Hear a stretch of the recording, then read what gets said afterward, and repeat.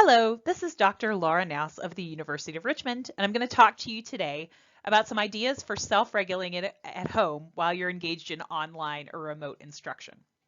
I'm a clinical psychologist, and so I'm going to share with you some of the tips and tricks for self-regulation that I have learned through my work.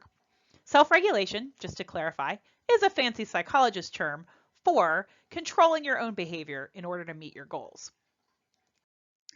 So, how do you know if the strategies that I'm going to present in these videos will be helpful for you?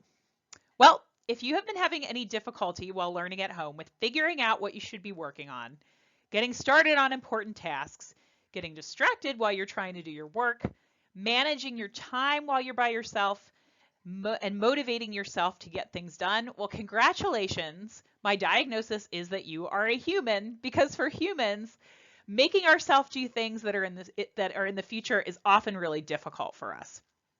And so even though we know that for some students that have certain diagnoses like attention deficit hyperactivity disorder might have more difficulty with self-regulation, we know that these kinds of things are actually pretty tricky for most humans.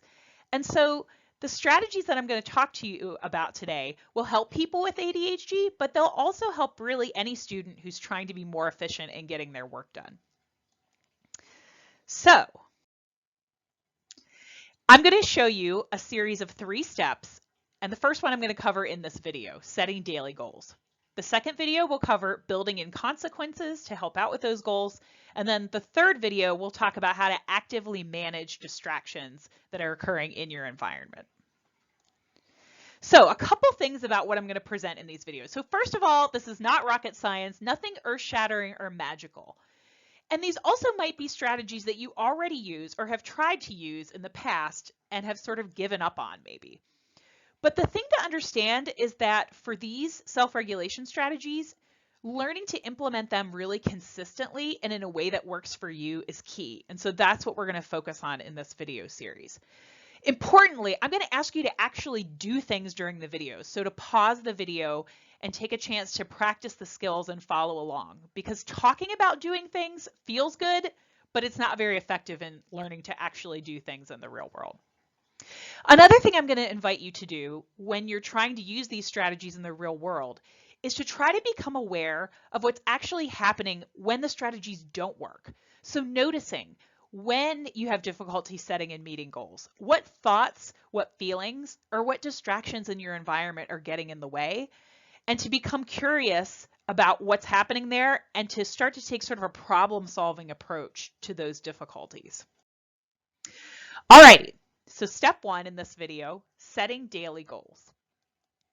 So the first question to answer, I'm a teacher as well, it's important to always tell your students, why would we even be interested in doing this? And I guess the simplest explanation I can come up with is that it's really hard to accomplish things when you don't know what the things are that you're trying to accomplish. So for example, let's say that you know you have a lot of stuff to do, but you're not quite sure where to get started, and you think about that huge mass of stuff that you have to do, and maybe in your brain it feels like this horrible wall of Post-it notes. Well, what's going to be your instinct or inclination when you think about that mass of stuff? Well, my inclination would be to get out of there as quickly as possible, to maybe distract myself by doing something else like watching Netflix, or when it's final exams and I should be studying, maybe that's when I feel like it's really time to clean my room. Does that feel familiar to you? It sure happens to me. So one thing about setting daily goals is it's going to let us know exactly where we're going to get started, and it's going to give us sort of a small chunk to deal with so we don't feel that inclination to escape or run away from any work at all. All right, so I want you to pause the video at this point, take out a paper and pencil. We're going to go old school here, and I want you to take as much time as you need to write down 3 to 5 things you think you should accomplish or get some work done on tomorrow.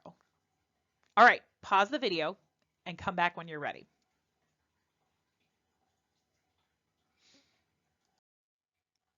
All right.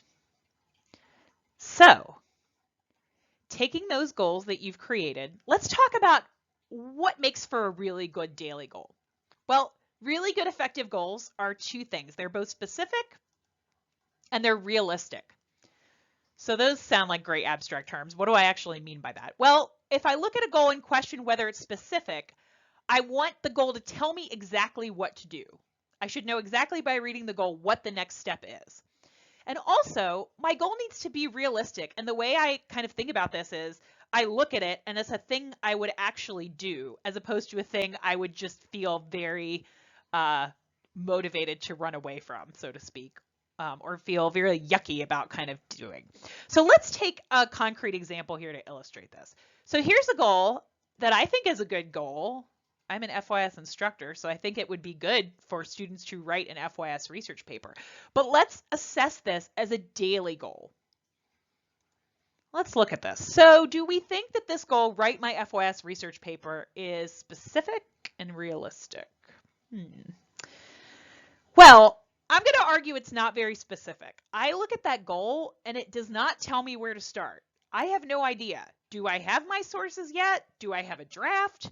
Where do I start in this big amorphous write my FYS research paper? So it's not telling me exactly what the next step is. And furthermore, this goal makes me feel gross. As a daily goal, I do not want to look at write my FYS research paper and jump into getting started on that. No way, not as a daily goal for sure. So maybe think about what's a way that you could retool this to be more specific and realistic. So here's what I came up with. Find and take notes on 3 solid sources for my FYS paper. So let's say this is early in the process and you haven't done all of your background research yet. So we need to find 3 sources and we need to have some notes on each of those sources for the FYS paper. What do you guys think? So it's telling you where to start. And it's a little bit more realistic than write the whole paper, but maybe if that feels overwhelming, you might back it down to finding 2 sources or just 1 source. But either way, I think compared to the original goal, we're a little closer to having a specific and realistic goal. All right, now it's your turn. Go ahead and pause the video and look at your list of goals and see whether you think each is specific and realistic. Remember, specific, it tells you exactly where to start, and realistic, you don't want to run away from it. And finally, if a goal fails either test, rewrite it so that it's a little bit closer to these ideals of specific and realistic. And when you're done, come on back. All right, you're back. I hope you have refined your goals a little bit, but I want you to look at that goal list and just reflect on how do you feel when you look at that list of goals. Does anybody feel a little bit anxious or you have questions? You're like, okay, this goal thing, yeah, it all sounds good, but there's something off about my goal list. So you might be having some what if thoughts and feelings. And if you are, I would again like to congratulate you on your humanness, because when something's new, it always is going to feel a little bit scary. But let me address some thoughts you might be having. So number 1, what if you look at your goal list and you think, wow, I made these so specific and realistic, they don't feel like they're big enough. Like they don't feel like they're substantial enough to really get important things done. Well, what I would say is that your goal list is by no means putting a ceiling on what you're allowed to work on for the day.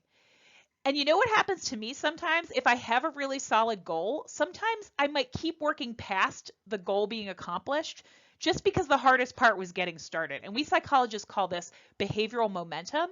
And it's a nice side effect that sometimes happens when we have really solid goals. Now, on the other hand, you might be saying to yourself, oh my gosh, this list feels overwhelming to me right now. And like, what if I have 5 things and I don't accomplish all my 5 things tomorrow? What will happen? Well, let me ask you this. Let's say you have 3 things on your list. What's it going to be like if you get 2 out of those 3 things done? Is that really a failure? Heck, let's say you get 1 thing done. Is that a failure? What if even you have these goals and you accomplish none of the goals that you've written down? Yeah, that's not going to feel good. Not meeting our goals, it feels bad. So how do we take that feeling and make it useful to us? Well, one way to think about it is that at least with specific and realistic goals, you're now aware of when you're not meeting them, and then you can sort of problem solve around how to do it differently next time. And remember, this is a work in progress. If this is new to you, there's no possible way you're going to get it right on the first try. Remember what I said earlier in the video? Consistency is key. And so over time, this skill is going to be something that becomes so second nature to you that you don't have to think about it. That's what psychologists call automaticity. So just know that you need to be a little compassionate with yourself, and at least looking at your goal list is going to give you information that you can use for the next try. All right. So I want to show you one technology tool for goal setting and tracking that I really like. Now remember, you can always just use paper and pencil. There's nothing wrong with that. But if you'd like to try out this resource, it's a free online platform called Trello. And what it basically is, at its very core, is just a stack of cards that you can arrange and label however you like. So I've shown you here how I like to set up my Trello. So I like to have a stack over on the left-hand side that are my daily goals. So they're telling me exactly what I need to do for today. And then I have stacks that kind of go out further in time. And then mine gets a lot crazier, but this is the most important part. So the nice thing is that you can take your little cards, you can edit them, you can drag them from one pile to another. So say a task for the week becomes a task for today. You can take a weekly task and create a daily goal off of that task. And then most satisfying to me, when you have finished a task, you can drag it all the way over to the right and place it in the finished pile, which functions as a little reward for me. Maybe it will for you too. Now, Trello has a ton of other functionality, but if you're going to get started with it, I'd encourage you just to start with the stacks of cards and get used to that before you start adding in some extra features. Alrighty, so where do we go from here? Well, you're going to try all this out in real life. Now, you can try it for a bit and then go on to step 2 in the other videos. I might recommend that, taking a day or two to get this piece in place if it's something you haven't done before. Or if this is a practice you already do and you're just tweaking a little bit, you might move on to step 2 a little bit more quickly. Remember, I advise you to pay attention to what gets in the way when this doesn't work. What thoughts, feelings, or distractions might be getting in the way? And these are things that we'll talk about in later steps. But third, you have to try to make it work with your life. So figure out which technology piece works for you. Don't let the technology be so time consuming. If you want to walk it back to paper and pencil, that's totally cool. And remember, consistency is key, and you're not going to necessarily get it right on the first try. Finally, please let me know if you have questions or successes. I'd love to hear how you're using the strategies that we've talked about today. All right, so next up is video number 2, building in consequences, and I'll see you there.